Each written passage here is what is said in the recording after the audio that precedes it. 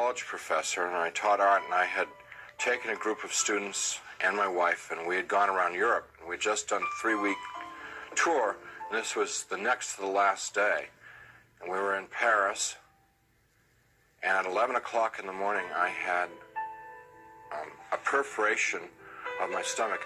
When this happened, the pain was the most acute pain I'd ever experienced in my life, and it just dropped me right down to the ground. And so I'm twisting and kicking and moaning and screaming and yelling around on the floor. And my wife called the desk, and they called an emergency service. A doctor came, and he called an ambulance because he knew what was wrong. And they took me about 8 miles across town to the public hospital, to the General Hospital of Paris, where I was taken into emergency, examined by 2 more doctors who knew exactly what was wrong with me, and then they took me away to the surgery hospital, which was a couple blocks away. And I was parked there because there wasn't any surgeon available to do the surgery. And so there I lay for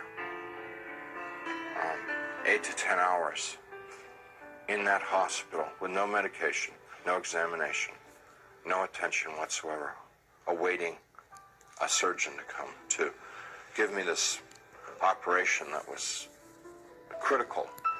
And it's now 8:30 at night. Nurse came in and said that they were very sorry they weren't able to get a doctor for me and they'd get one the next day. Well, when she said that, I knew that it was over for me. I knew that I was dead. The only thing that was keeping me alive was I didn't want to die. I was scared to death of dying because as far as I knew, I was an atheist, non-believer, person who lived for the gratification they could get out of the moment. And like dying to me was like the worst.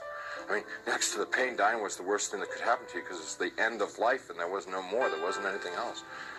But when she said that, the idea of trying to exist for another minute, another hour in this pain, it wasn't worth it anymore.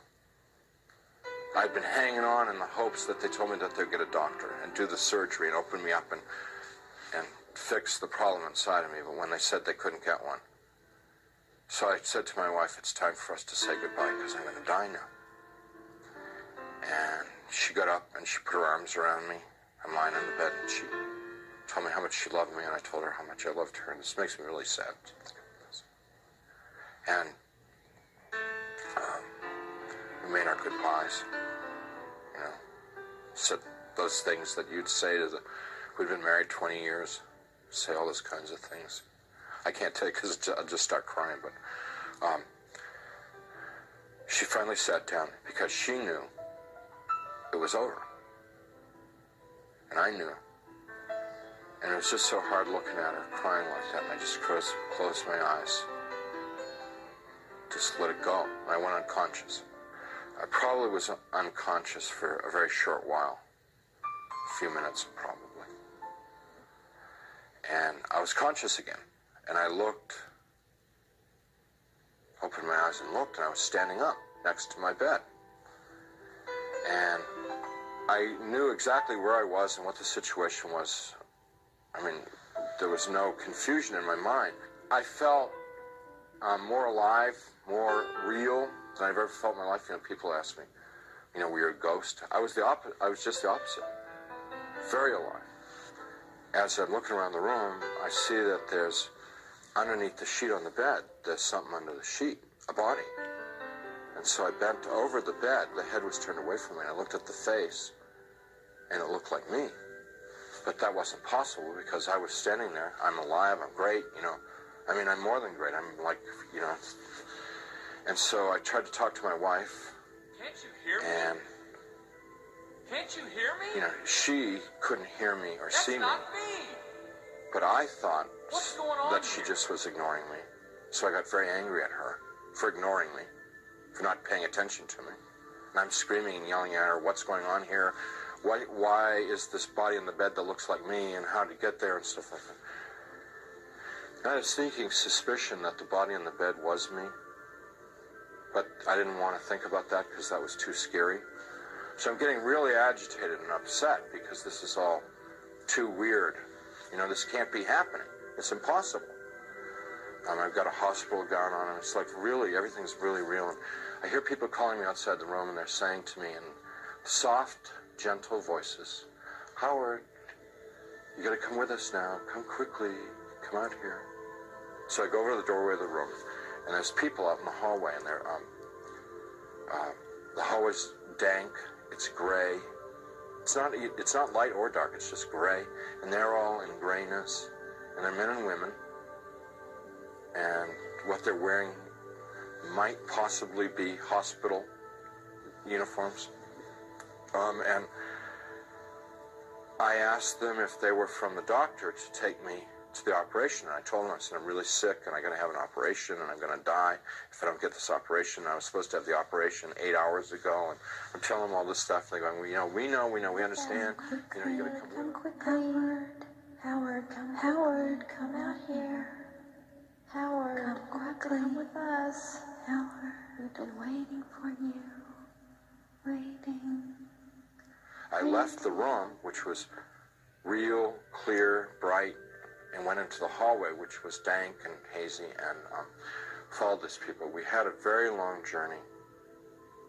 There's no time, and whenever I make a reference to time, it's just an illusion because there was no time in this place. But this journey, if I were to recreate it, I'd have to walk like from Nashville to Louisville or something to recreate the walk with these people.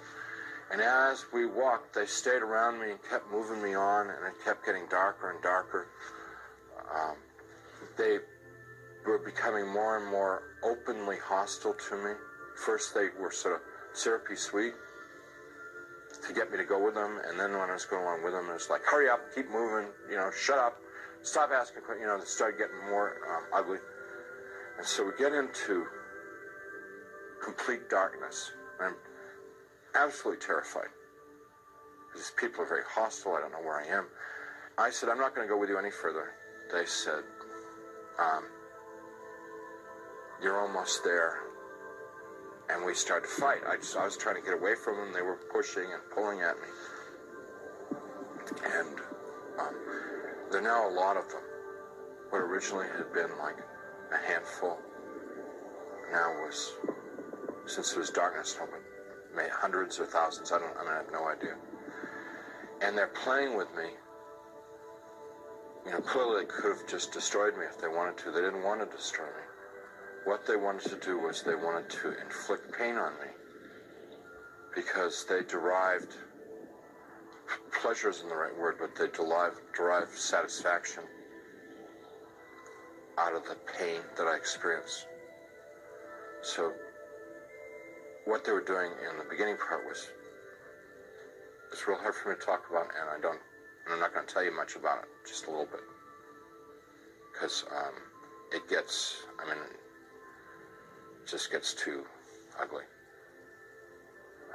But initially they were like tearing and biting, tearing with their fingernails, scratching, gouging, ripping, and then biting. Trying to defend myself, trying to fight them off, trying to get away from them, but it's like being in a beehive. Just hundreds of them all over me. And I eventually was just laying on the ground there, all ripped up, pain everywhere, inside, outside. And even harder to bear than the physical pain was the emotional pain of what had just happened to me. The utter degradation that I just experienced. You know, I never once felt that it was unjust or wrong. I heard my voice. It wasn't somebody else's voice. It wasn't the voice of God or anything. It was my voice. And I heard it speak, but I didn't speak it. So whether it's the voice of my conscience or, I don't know what it was. It was just, but I distinctly heard my voice say, pray to God. And so I thought to myself, I don't believe in God. Pray to God. And I'm thinking, even if I could pray, I don't know how to pray anymore. I haven't prayed. And at that time, I probably hadn't prayed in 22, 23 years. So I'm thinking, like, when I was a child, and we said prayers in Sunday school, and we said prayers in church, and what did we say? And I'm trying to think of it, because to me, to pray was to recite something that I'd learned. That's what I thought a prayer was then. So let's see, the Lord is my shepherd. Give us this day our daily bread. My country, 'tis of thee. No, that's not a prayer. That's wrong.